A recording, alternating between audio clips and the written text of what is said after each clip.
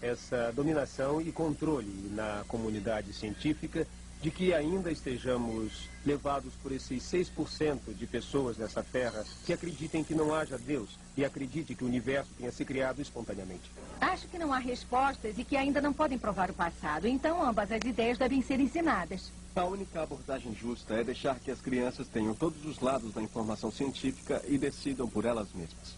Se alguma outra teoria sobre o surgimento das formas de vida deva ser ensinado nas escolas, eu não acho que deva ser o criacionismo, porque o criacionismo é uma doutrina religiosa levemente disfarçada, que não tem lugar na separação entre Estado e Igreja.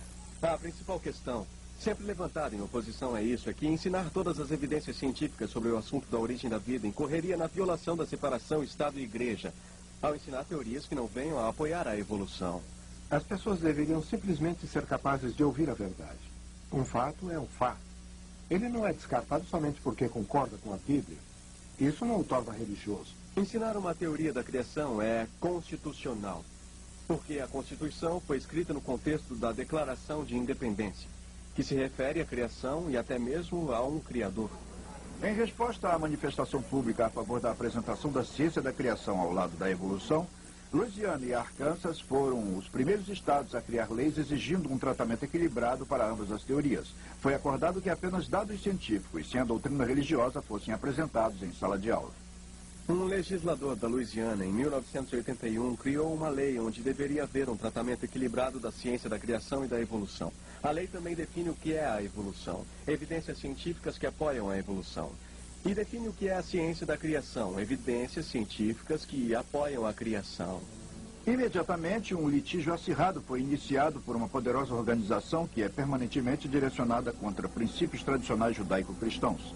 A influente ACLU, ou União de Direitos Civis Americana, com um quadro de mais de 500 advogados ativos, investiu uma enorme soma em dinheiro e obteve sucesso em protestar contra a lei. Um dos maiores problemas que temos com a CLU é que eles são extremamente bem subsidiados. Eles recebem milhões e milhões de dólares de grandes fundações e de pessoas muito ricas de toda a América. Foi isso que fizeram conosco. Eles nos ataram no tribunal em Louisiana.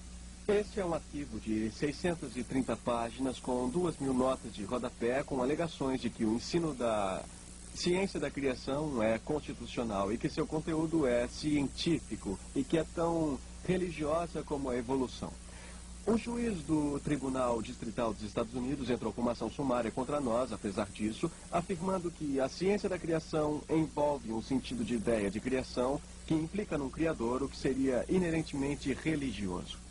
A ACLU conseguiu convencer a Suprema Corte de que a ciência da criação era fundamentalmente religiosa. A Corte violou a Constituição ao redefinir a intenção do autor da primeira emenda, que é contra o favorecimento de uma religião sobre a outra. Em sua decisão, a Suprema Corte favoreceu a evolução naturalista, uma crença de humanistas religiosos. Apesar de avassaladoras evidências científicas apoiando a ciência da criação, a Corte decidiu que o criacionismo não deve ter uma posição obrigatória em escolas públicas, mas que poderá ser ensinado ao lado da evolução a critério do professor. O jornalismo irresponsável e caluniador rotulou o caso de religião contra a ciência e, de forma convincente, influenciou que a ciência da criação havia sido banida das escolas. A Suprema Corte Americana não disse que o ensino da ciência da criação seja inconstitucional e reafirma o direito dos professores de ensinarem todas as evidências científicas sobre o assunto das origens. A comunidade científica está seriamente preocupada com o crescimento do criacionismo, como um ataque à validade e autoridade da ciência e particularmente na insistência que o criacionismo seja ensinado nas escolas públicas e cursos de ciências. Há uma rede muito poderosa de sentimento popular que acha que a criação, as teorias da criação, as teorias do aparecimento abrupto sejam uma ameaça à ciência. Eu gostaria de mencionar várias organizações que hoje em dia ativamente tentam impedir que tal teoria seja ensinada em escolas públicas. Comitês de Correspondência, o Povo pela Maneira Americana de Ser, a Associação Humanista Americana, a União Americana de Direitos Civis, a Associação Americana para o Progresso da Ciência, a Academia Nacional de Ciências, a Associação Nacional de Educação, a Associação Nacional de Professores de Biologia e o Estudo Curricular de Ciências Biológicas. Há uma teoria anticientífica hoje em dia que mais ameaça toda a natureza da pesquisa científica, é o criacionismo. Hoje realmente temos uma conspiração organizada nesse país, em todos os estados, que é organizada para combater a disseminação aberta de evidências científicas sobre a origem da vida. O resultado foi a formação de uma fechada rede de organizações ativas que cooperarão no combate à intrusão criacionista nas escolas públicas, museus públicos, parques estaduais e nacionais e a pesquisa científica subsidiada pelo governo. Eles têm um desejo bastante específico, que seria preservar o ensino exclusivo da evolução e excluir o ensino de qualquer teoria científica da criação ou teoria científica do aparecimento repentino. Isso é censura, no meu ponto de vista. Temos hoje, de forma inquestionável, o pior caso de censura. Dados científicos verdadeiros que, por acaso, possam vir a deixar a evolução mal, são meticulosamente censurados dos livros didáticos. Numa sociedade americana, onde sempre tivemos grande orgulho da liberdade de expressão, liberdade religiosa, liberdade de crenças, liberdade de imprensa, é simplesmente um infortúnio que tenhamos uma censura tão ampla em nossa comunidade científica hoje. Os evolucionistas não aceitam os dados científicos que apoiam a criação. Eles acreditam que a única intenção dos criacionistas ao apresentar tais fatos seja a de forçar sua tendenciosidade religiosa. Conseguindo descartar as provas, os evolucionistas conseguiram estabelecer o evolucionismo como um fato científico e esconder sua própria filiação religiosa. Como resultado do trabalho da evolução, a descrença e o ceticismo estão crescendo em nossa sociedade e os efeitos morais e éticos têm sido devastadores. Se existe um líder moral no universo, então cada pessoa neste universo é responsável perante esse líder moral.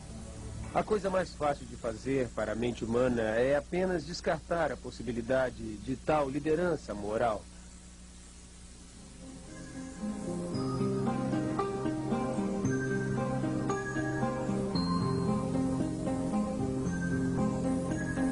Adolf Hitler utilizou a teoria darwiniana da seleção natural, da sobrevivência do mais apto, para se livrar do que ele considerava a cepa inferior da humanidade.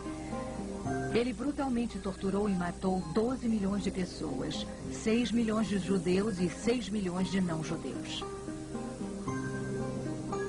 De fato, estamos fazendo a mesma coisa hoje com o aborto, a eutanásia e o infanticídio, livrando-nos daqueles que consideramos como seres não desejados. Desde 1973, apenas nos Estados Unidos, quase 25 milhões de seres humanos não chegaram a nascer, tendo sido mortos pelo aborto, o que corresponde a um bebê a cada 20 segundos. Se concordarmos com as premissas evolucionistas de que não sejamos mais do que animais em desenvolvimento, então a humanidade perde todas as perspectivas morais. As pessoas não querem assumir responsabilidade por seus atos. Não querem que Deus os vigie. A evolução não passa de um caminho de laboratório que alguém segue para fugir de Deus. E os fatos científicos com os quais vinha me debatendo se encaixaram. Podemos escolher buscar as respostas na evolução ou podemos escolher considerar uma alternativa. Apenas olhem para a vastidão do universo, com suas galáxias, sistemas solares, os planetas, todos circulando com absoluta precisão. Há mais estrelas do que grãos de areia em todo o mundo. Pensem na complexidade da vida, a complexidade do olho, do ouvido, do coração ou mesmo do cérebro humano. Seria lógico assumir que isso ocorre por simples acaso?